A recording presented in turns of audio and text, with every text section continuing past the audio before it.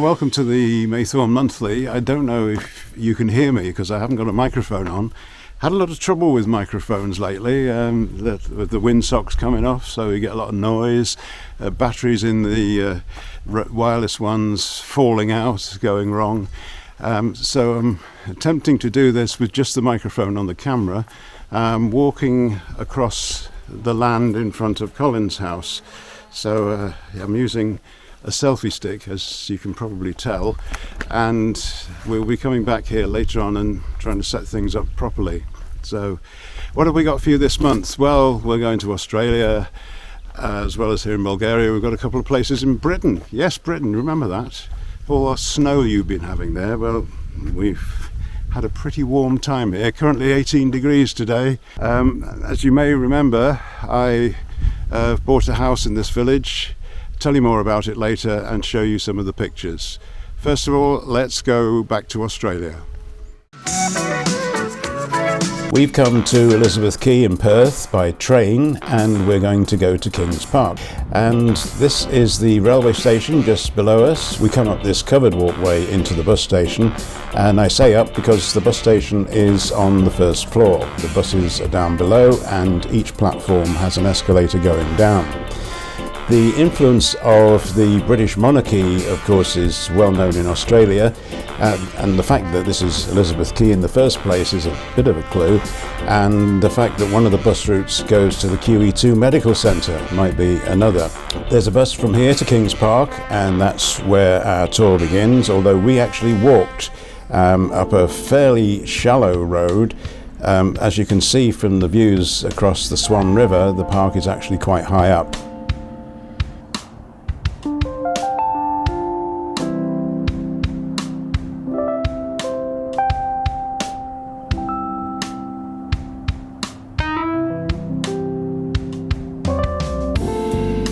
There's a quick way up here using a staircase, which, let's face it, we're getting on a bit now, we didn't particularly want to use, so we came up the shallow way. But whichever way you come up, once you get here, the views are tremendous, and right through the whole visit to Kings Park, you're reminded of those views because you can see them from wherever you are. Now, a third of Kings Park is just normal park, just like you can see here. It's got the usual gift shops, tourist attractions, cafes and restaurants, and speaking of which, we need to start by having some lunch. So we picked some fish and chips.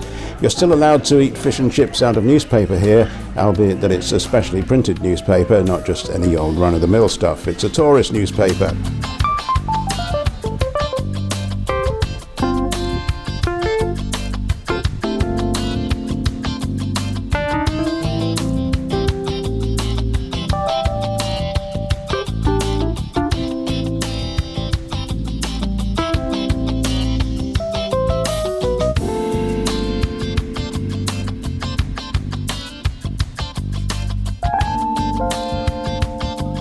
The other 2/3 of the park is devoted to the Botanic Gardens, and we spend a lot of time there ourselves.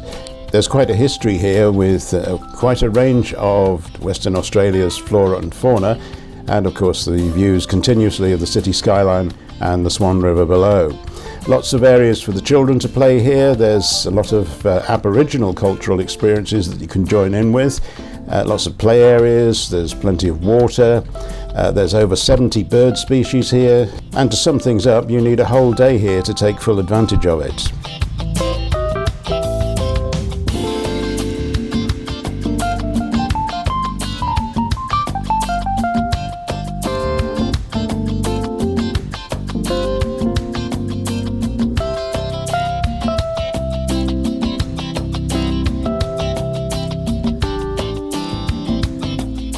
The boab tree is a 760-year-old specimen which came from the Kimberley region of Western Australia.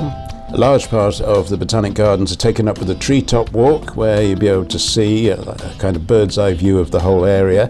There's plaques along the way which give you information about what you're looking at and the type of fauna, which regions of the country it's from, and also you'll find out a little about Aboriginal and European history.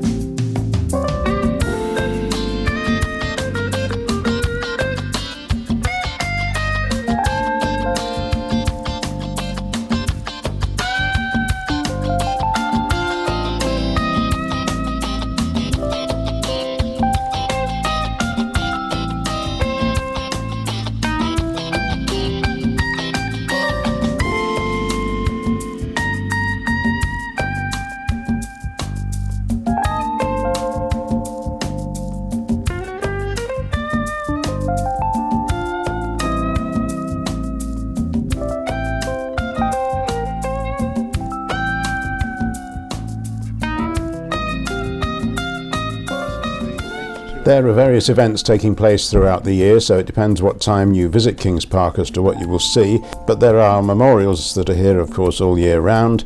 There's a statue of John Forrest, the first Premier of Western Australia, Pioneer Women's Memorial, the 10th Light Horse Memorial, Queen Victoria's statue, and a floral clock.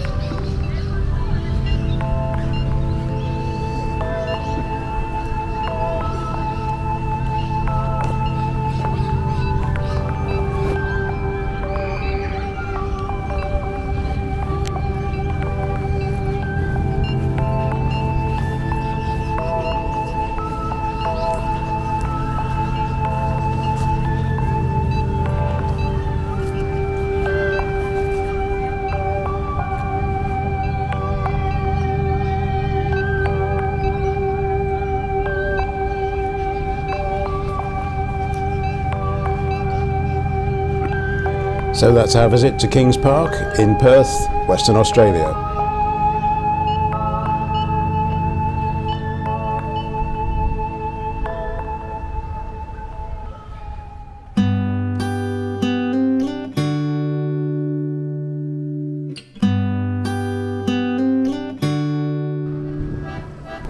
Hello, today we're in York and behind me is York Minster, and we're having a look round York in the winter to see if it's still busy, and it is.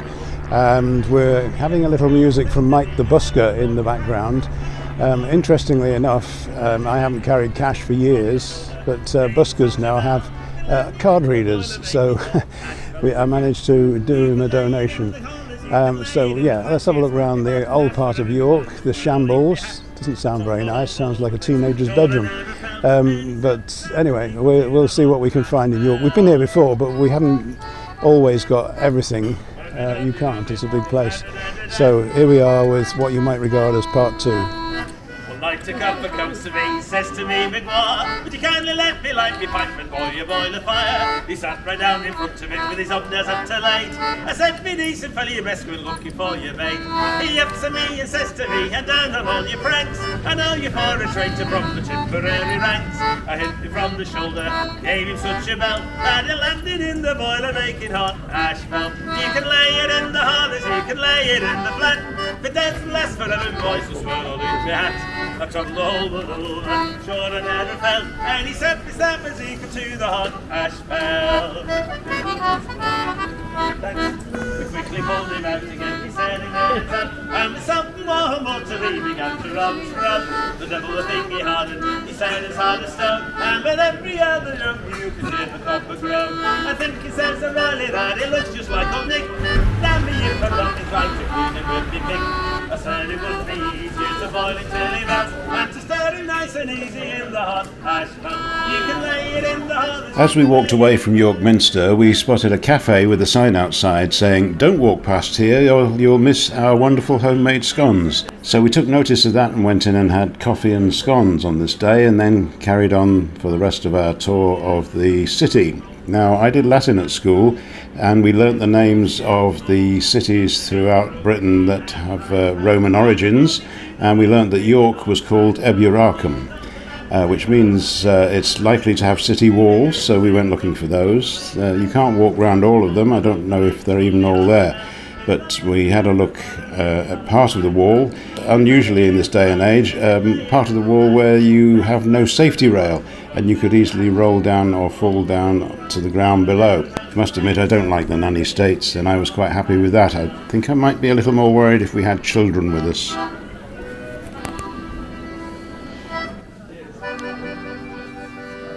We stayed in a hotel overnight in York and then got our breakfast at the nearest Wetherspoons, which was this corner site by the Micklegate. After that, we set off to walk around the city with the particular goal of finding the Shambles and having a look at the Shambles Market and some of the interestingly named shops there.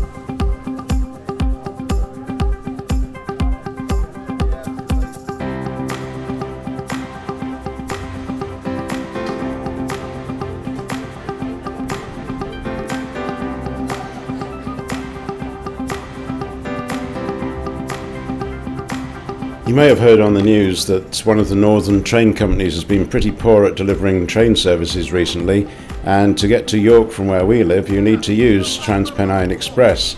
Unfortunately, all they say about them is true. Trains get cancelled all the time, and the one we got back from York got as far as Leeds and they didn't have a crew to take it forward, so we had to find alternative trains to get home. Moving on to another part of North Yorkshire, this is one we visited last year out on the coast at Whitby, and we visited in June at summer solstice time because we did actually see the sun come up on the longest day of the year.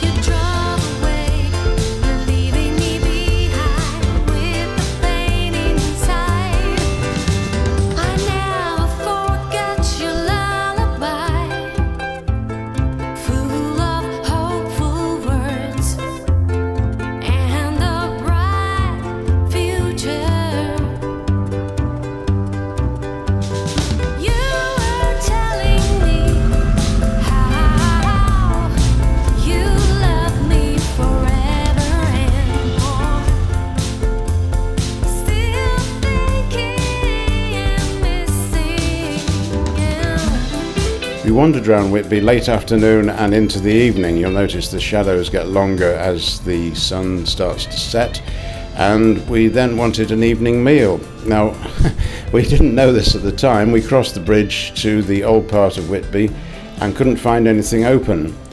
The facts about Whitby, as I found them, were that if you don't like fish and chips, there's not a lot else on offer here because Whitby has a lot of fish, and most of the venues serve fish and chips at varying prices. The other thing we found that was most surprising was that most places were closing, or their kitchen was closing at least, at 8 o'clock at night, so there were only a couple of places where we could get an evening meal. One of the bar owners explained that this was because there's a shortage of chefs and you can only get a chef to work about 12 hours a day, so they employ them to do breakfast and lunch, or they employ them to do lunch and early evening meal, but their shift ends, there are no more chefs available, so food disappears around 8 o'clock at night. Bit of a shame. Go on holiday in the summer and you can't get a meal after 8 o'clock. You can of course go to Wetherspoons, there's one of those here, but they'd run out of everything when we tried that.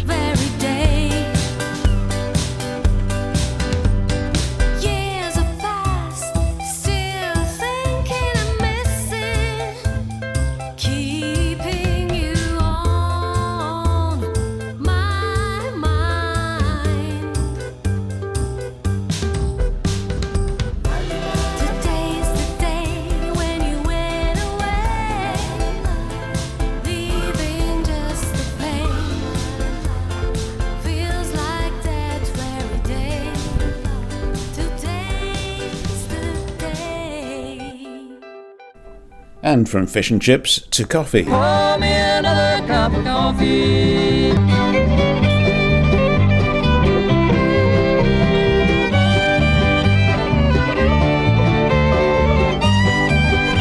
Colin and I are in Bulgaria, and we're taking our coffee and cake today in Svistov at the French Cafe. More from Bulgaria later.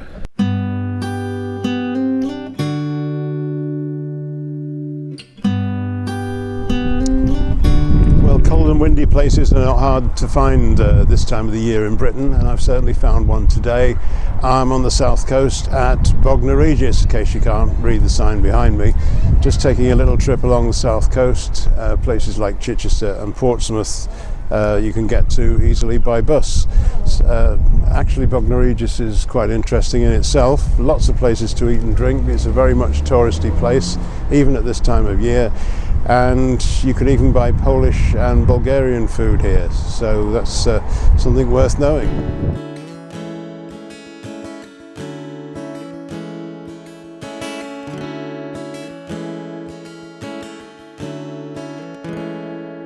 He said, don't be a part of what you don't want to be, baby.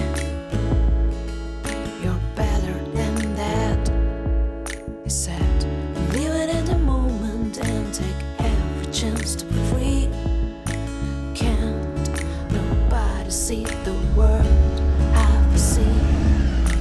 My love, my one, but he's gone. He was my light, my love. We've had a little bit of trouble with our microphones on this programme, and this is a cheap one. They were £5 for a fiver from Amazon, so apologies if the sound quality isn't up to normal. We are getting the main mic repaired and hope to have it back soon. I have some more pictures from Bognor Regis. I got away from the seafront there and away from the wind and found Hotham Park, and as I entered I noticed there was a miniature railway line, so that definitely appealed to me. This time of year, of course, most miniature railways in parks are not running, so I didn't get to see a train, but it is a very nice park. It's got a boating lake, it's got an ordinary lake, that is one with lots of reeds and things, obviously promotes wildlife, and it's got a pretty decent cafe, so if you go there on a good day you can have quite a good walk, and if you go there in the summer, no doubt you can travel on the train. Was my light.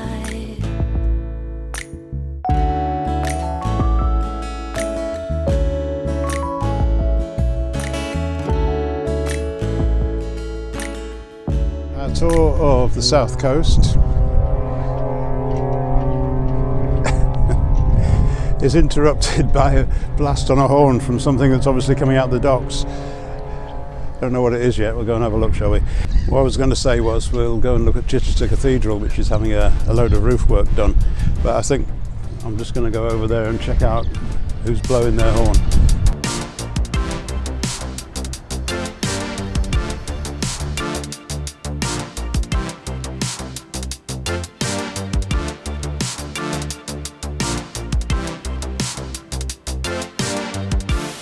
So, to Chichester, and there's nothing I like better than an integrated transport system, and Chichester has just that. The train goes into the station at the next crossing up there, and then the bus station entrance is opposite. We're at the rear end of the bus station where the buses themselves pull in, and across the road is the bus depot where they're all kept.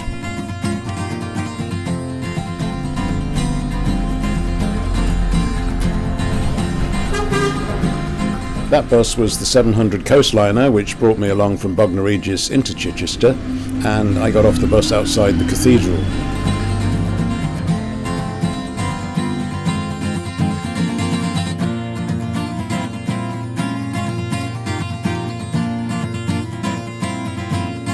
As you can see, there's a fair bit of work going on the roof of the cathedral, and they're raising money, and this isn't the only scaffolding I saw on my trip. There's a lot of work going on all over the place at the moment. Anyway, I was really interested in some lunch by now because it was getting into mid-afternoon, and right opposite the cathedral there's two choices, a Wetherspoons and right next door a Costa. I could have gone to a church just to the left of there, which they'd turned into a pub. There's another integrated transport system when you come off the train at Portsmouth Harbour from whatever part of the country you're from.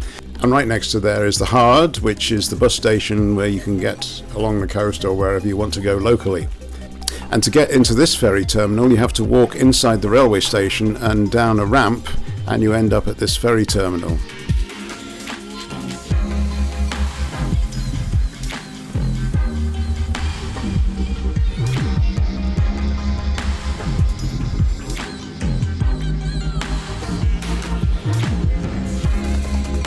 We're going to go across to the Isle of Wight on a White Line ferry. It only takes about 10 minutes, so let's wave goodbye to Portsmouth. This will by no means be our last view of the Spinnaker Tower today. You can see it from all around the area.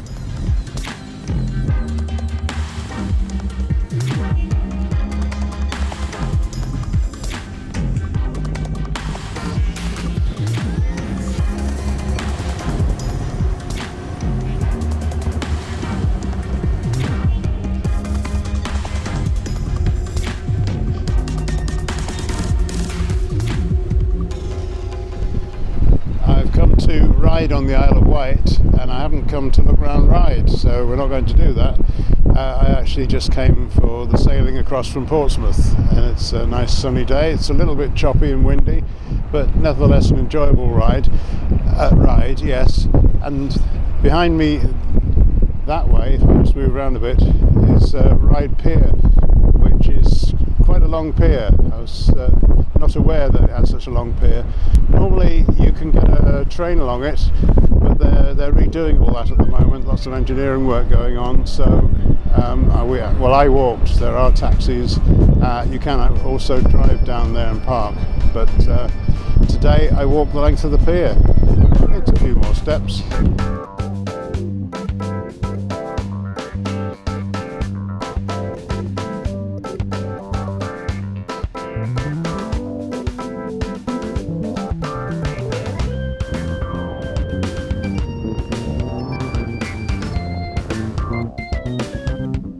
There's more transport integration at Ryde. If you look to the right of the railway line, you can see the buses, they pull in there, and the hovercrafts actually come in over on the left.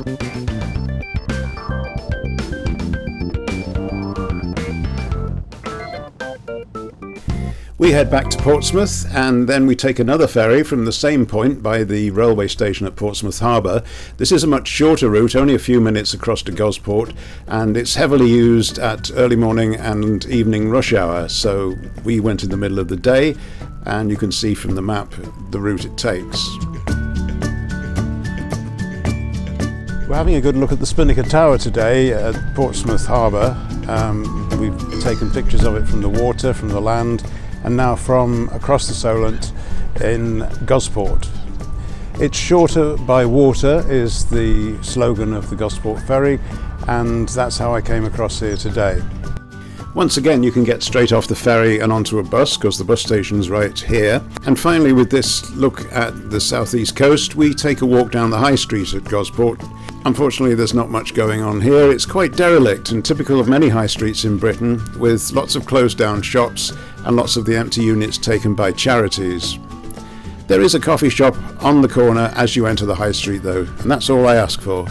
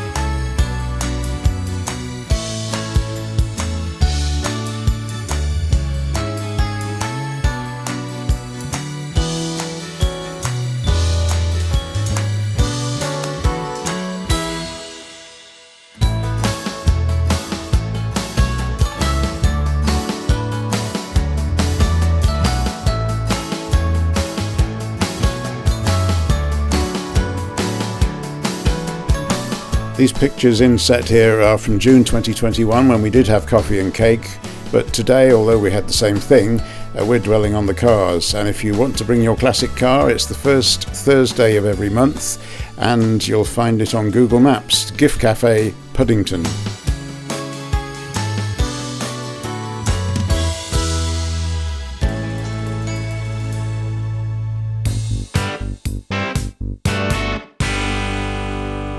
Welcome to Bulgaria.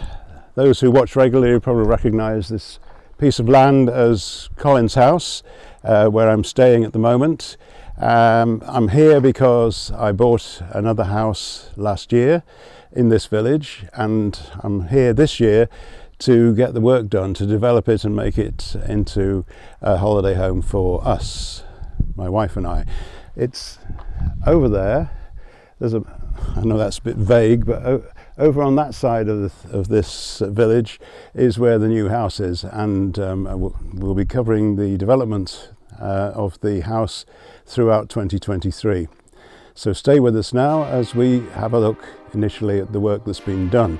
Now the work initially that needed doing, if you remember a video that I showed you last year when I bought the house, I flew the drone over the roof and there were a few tiles that were displaced and broken, so I've just had that work done and we're now going to fly over the roof to see and to make sure that that is now watertight.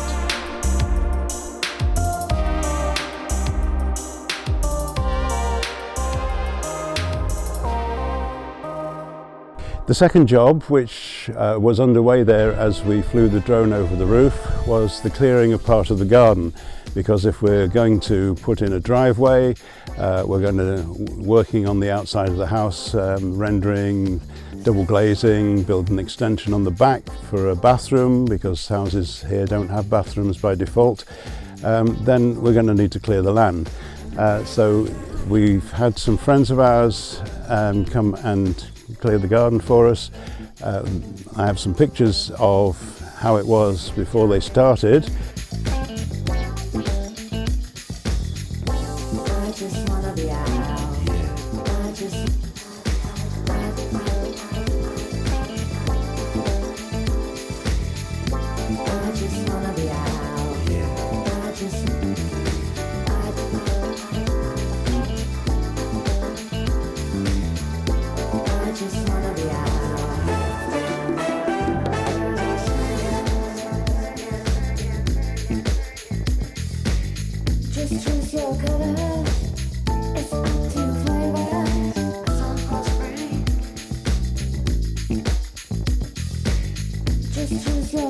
And very quickly, in just a few hours, they managed to clear the land, so it now looks like this, and the shape of the driveway is evident. At one point you couldn't see where the driveway was going to be, but I could tell from close examination where it used to be, so we've put it back.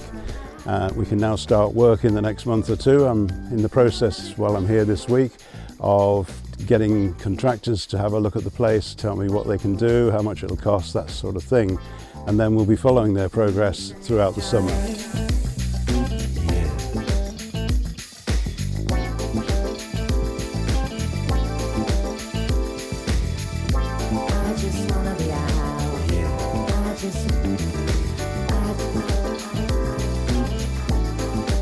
Here's something new for me to deal with. The bungalow has got a cellar. It's approached from the outside, just like a beer cellar in a pub really. And if I put my fist through the cobwebs, I can see that there's bird feathers and all sorts down here, but on the whole it's a decent space, and people are telling me this could be my cinema room. So with the screen at the far end and the sofa on the opposite wall, I could be made down here watching my movies.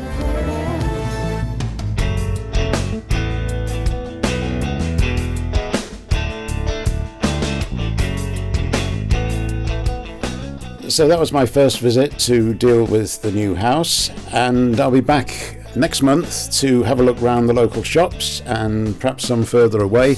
And I think I need to take my wife at this point, because we're going to be looking at kitchen and bathroom fittings and designs.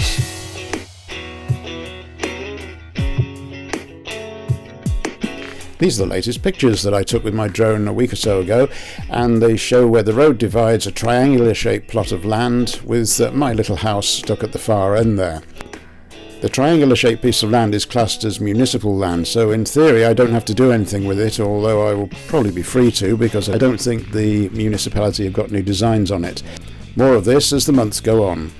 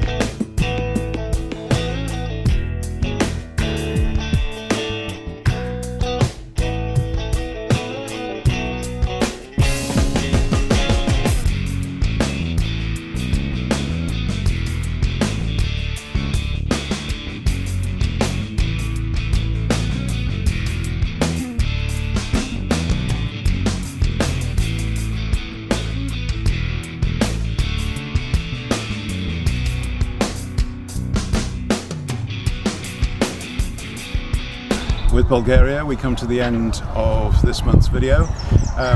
This has been running now, the Maythorn Monthly, for 5 years, so I'm considering what to do next, because I think we could do with a change.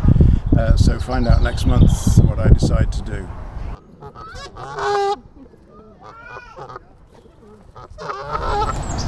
And in case I didn't mention it, we're in Birkenhead Park and there's a cafe over the other side, so I have a feeling we're going to take a coffee break right now, but we'll walk round the long way because it's such a beautiful park, and this is the park that inspired the Central Park in New York. So here we go.